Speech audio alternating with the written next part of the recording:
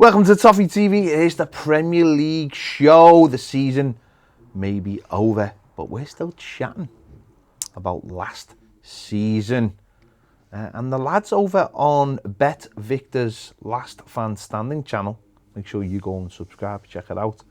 I've been talking about the signings of the season, the most overrated players of the season, the worst signings of the season. Let's hear what they have to say.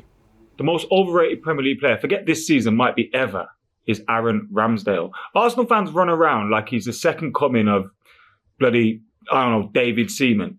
The guy makes more mistakes than he makes saves. He's a big passion merchant. He reminds me of if Joe Hart and Jens Lehmann had a baby. I just don't get what's going on with him.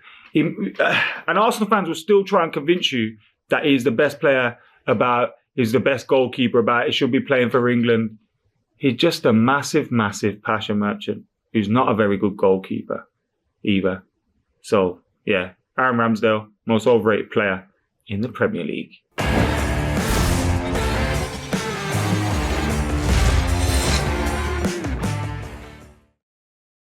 Adam there going for Ramsdale as the most overrated signing of the season. He just thinks he's the most overrated player overall. Where are we with Adam Ramsdale? I think the thing with Ramsdale is he's come into a big six or top six club.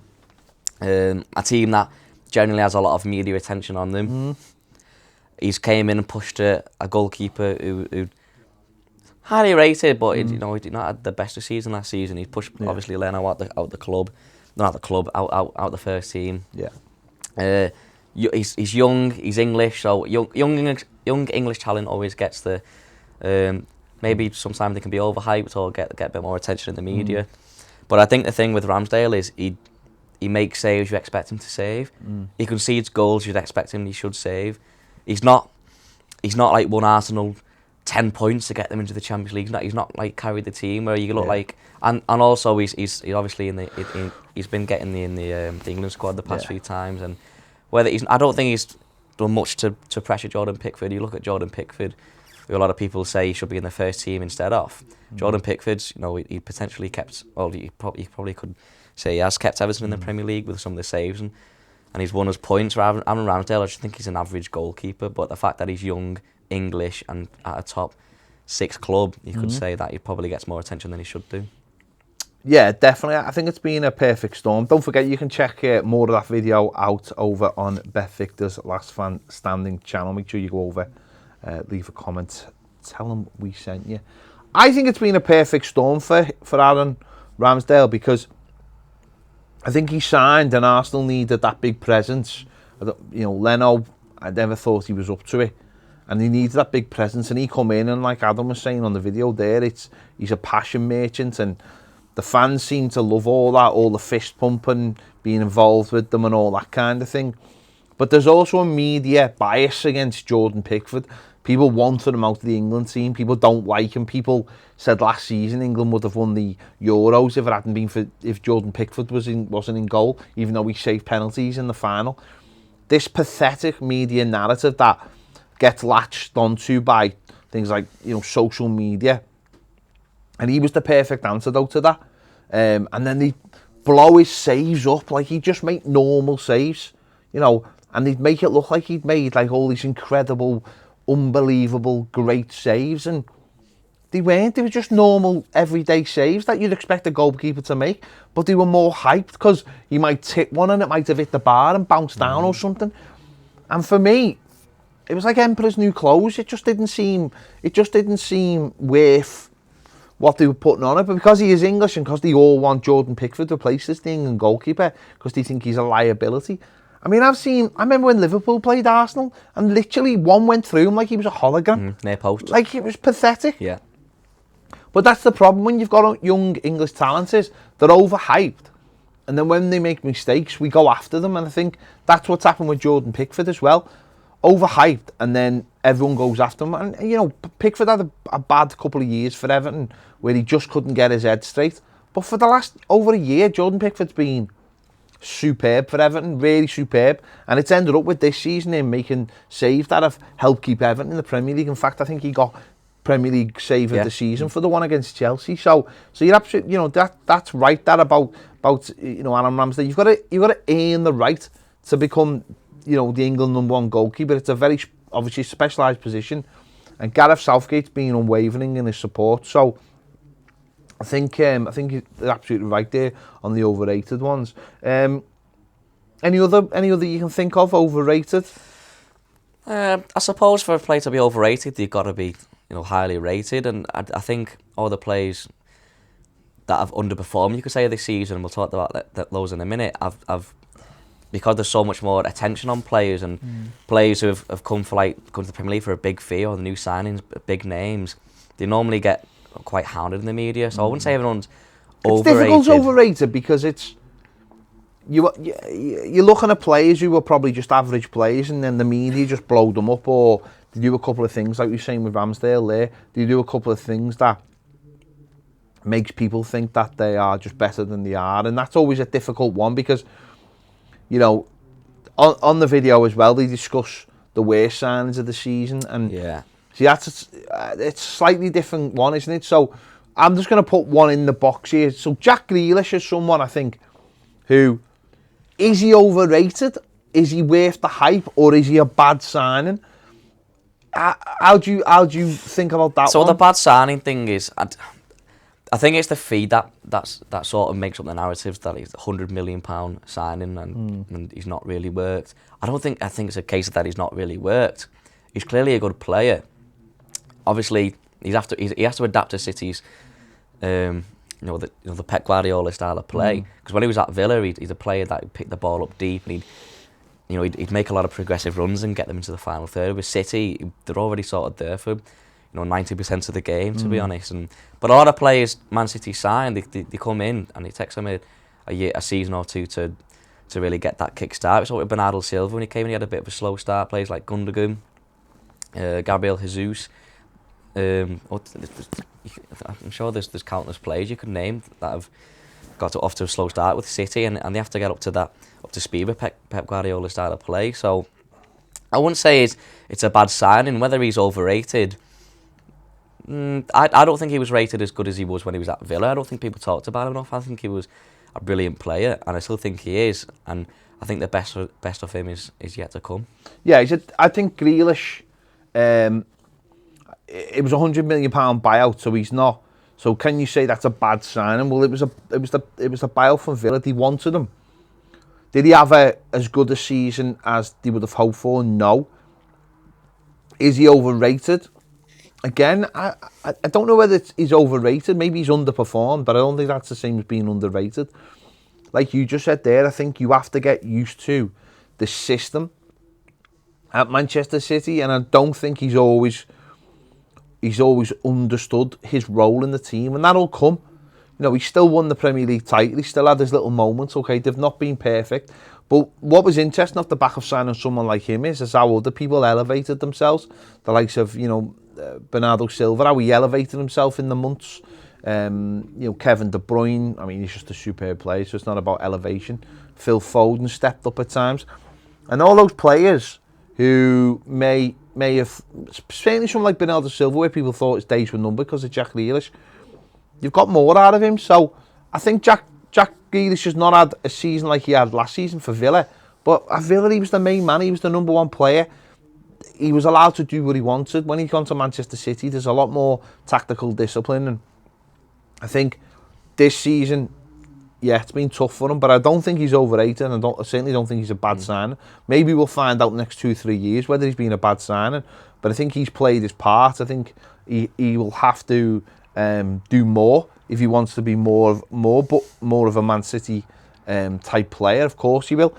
Pep Guardiola's not going to stand for a player who just does things off the cuff, because that's not how Pep Guardiola works. Anyone who's watched take the ball, pass the ball, there's people like, that's why he fell out with Zlatan, is that Zlatan wanted to do his own things.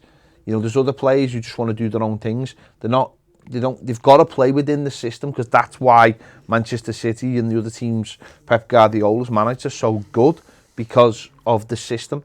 It's not about one player. So, time will tell with Jack Grealish. Yeah, I suppose there's this, not narrative, but this sort of feeling that players will go to City and do an amazing job. Obviously, they just signed another £100 million signing. They signed Eric Haaland. I think there's this feeling that he might go in or he'll score 20, 30 goals, and that's all the trophies boxed off. A lot of players have gone to City and, like I said, not got off to a great start, or took them a while to get used to that style of play. And Eric Haaland's never been in the Premier League, so there's no saying that he's going to come and score 1 million goals. So I suppose it's important not to overhype these players like some people might have done with Jack Grealish. Another player, I suppose, you want to talk about. You want to talk about bad signings or something in that. What about Ben White? 50 million quid for Arsenal.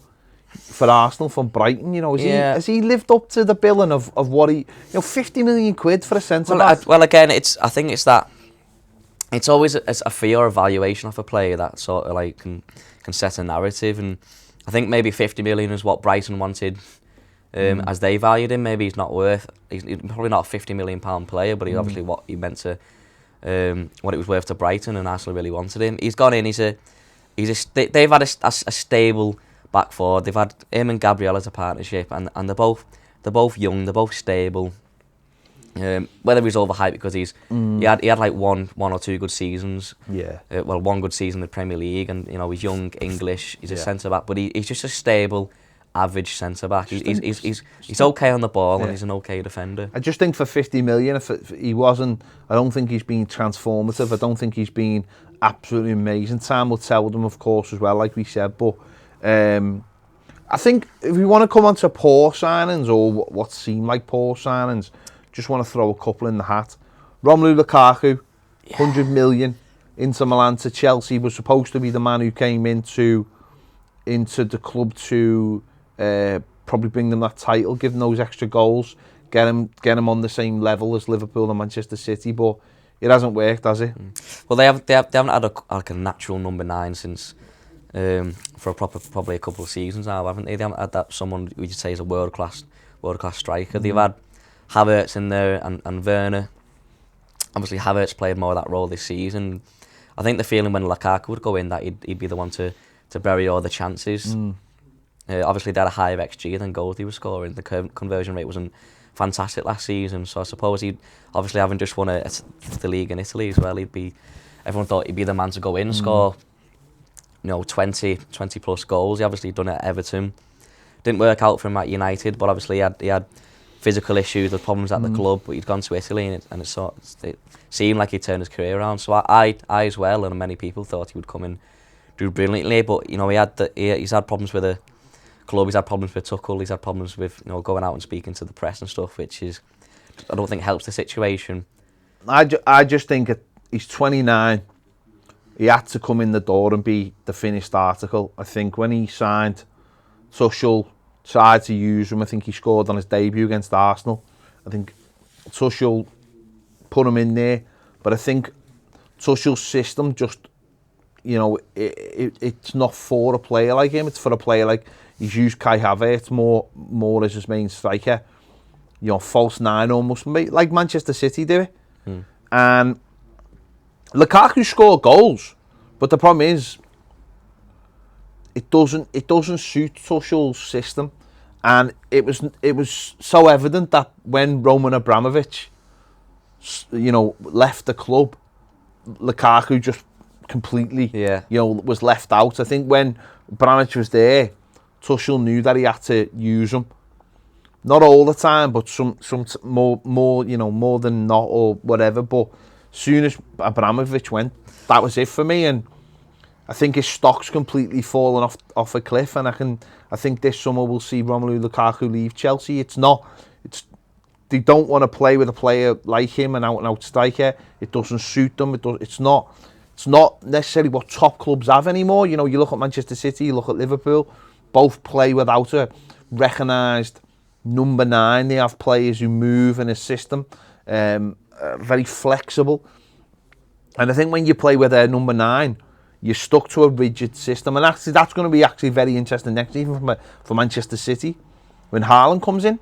So Yeah, I think Romelu Lukaku will move on now. It'll be interesting to see where he goes, whether he goes back to Inter Milan or someone else takes a chance on Bayern Munich, maybe with Lewandowski going to possibly Barcelona. Maybe Lukaku could be the ideal fit for them. I don't know, but it just hasn't worked. Yeah, I think the thing with Abramovich is they make signings, and it's not necessarily for the manager, or it's more like a for the club or Abramovich's type of signing, not type of signing, but his own signing. So with Frank Lampard, he didn't sign Havertz and Werner and Chilwell for Lampard. He bought them for the club, and if Lampard couldn't adapt with these players, then he ultimately got the sack. And I think with Tuchel, I don't think Lampard's. I don't think Lukaku's quite a type of Tuchel striker. Lukaku's not someone who you need like Dominic Calvert-Lewin. He's someone you need to throw balls into the area for. He's a back to goal type striker. He's good on the ball, but he's not like mobile or fluid like Havertz is, and quite clearly he prefers Havertz over him up front. Yeah, another player I just want to throw in as well is, I feel sorry for this player. I don't know whether it's a bad signing or what, but Jadon Sancho, Manchester United chased him for 2 years. They finally got him. And Ole Gunnar Solskjaer clearly had an idea in his head of how he was going to use Jadon Sancho and how he was going to use Rashford. And then at the last minute, Manchester United decided to bring Cristiano Ronaldo in. And I think it threw all those plans out the window. And Sancho was left almost as like the odd man out. It just hasn't happened for him this season. His numbers, 3 goals and 3 assists in 29 games. 1 goal in the Champions League, no assists, no goals in the EFL.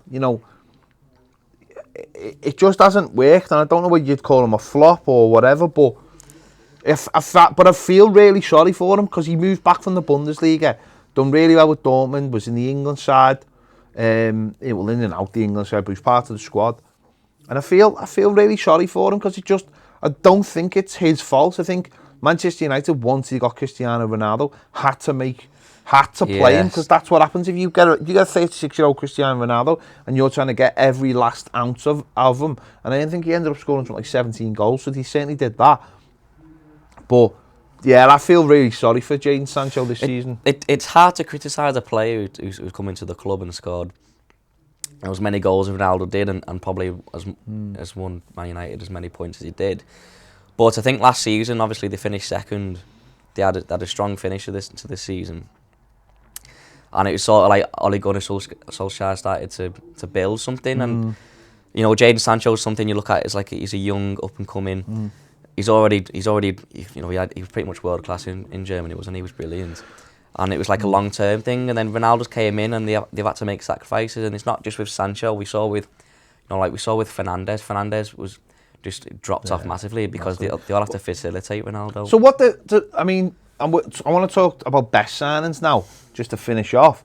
But Cristiano Ronaldo, I suppose he has to go down as one of the best signings. Yeah. But the fact that Sancho never got going, and the fact that Bruno Fernandes has dropped off a cliff, can he be looked at as a good signing considering how much of an effect he had on that Manchester United side? Because I'm really torn on this. I know he had a fantastic season, but I think his influence on the side was really poor. I think the influence on the club more so, to be honest. It was a disruptive signing. He came in.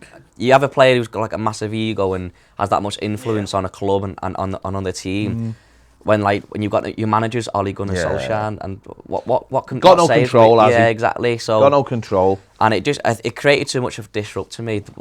The other argument is he scored 17 goals, but really, what has that done for United in the long term, and what's it done with this season? Good point. Just a couple of other ones I wanted to mention. Conor Gallagher, on loan at Crystal Palace, had a fantastic season. Broke into the England team. Will be expecting to now get a chance at Chelsea, but he was fantastic, wasn't he? Certainly in the first part of the season. Yeah. I think he dropped off slightly, but towards the end. But he had a great season. It was the perfect situation for Palace as well, because obviously he was good at West Brom.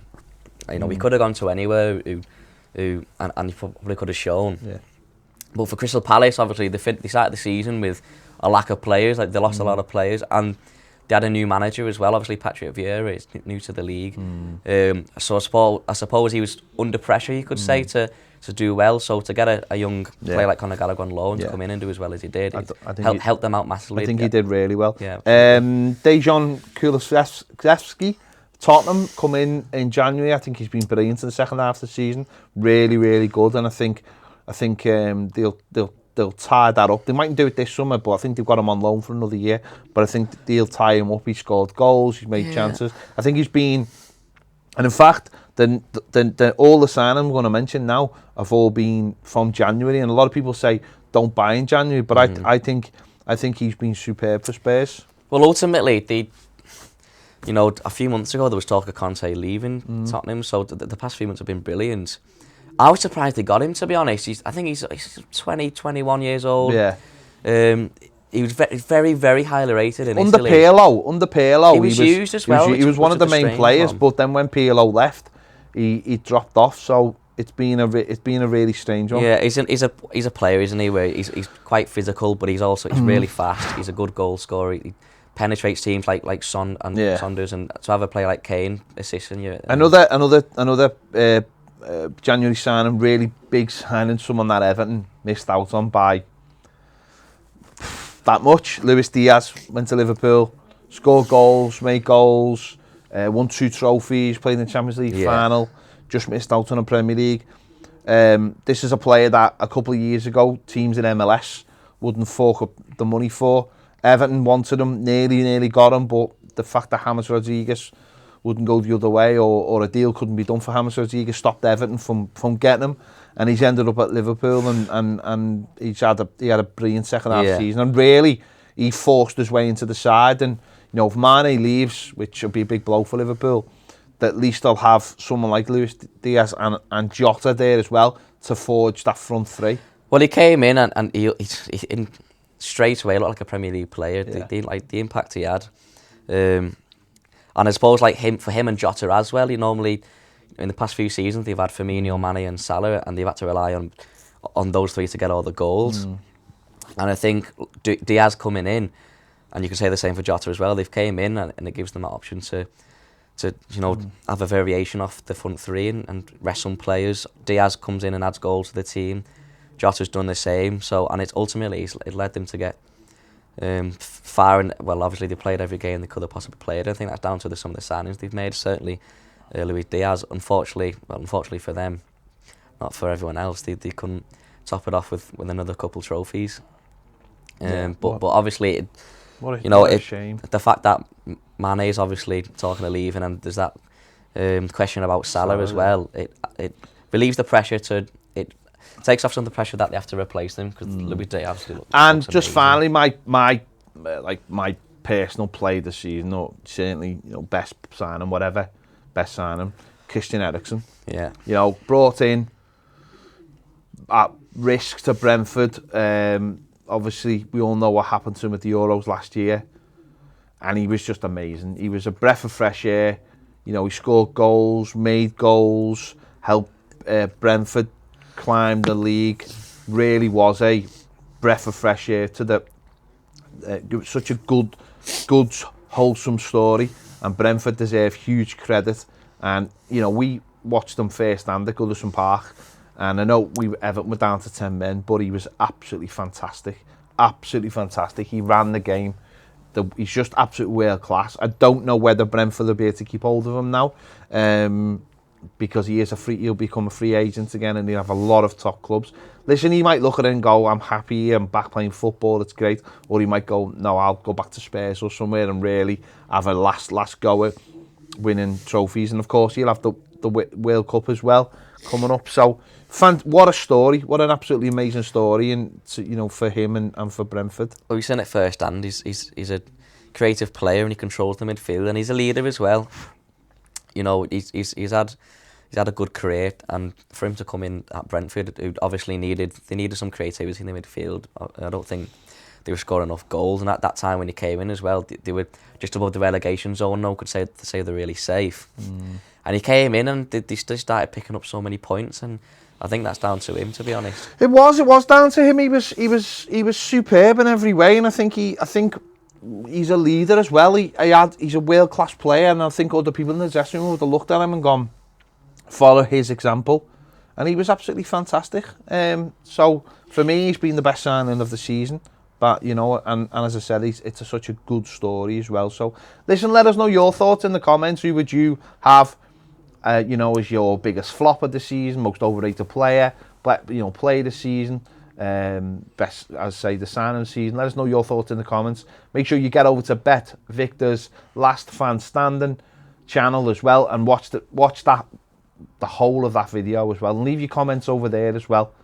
Give them a like, give them a subscribe as well. Make sure you subscribe to the channel as well. It's always good to hear from the lads and their thoughts on the topics going on. So there you go. Thanks for watching this. Subscribe if you haven't, and we'll see you later.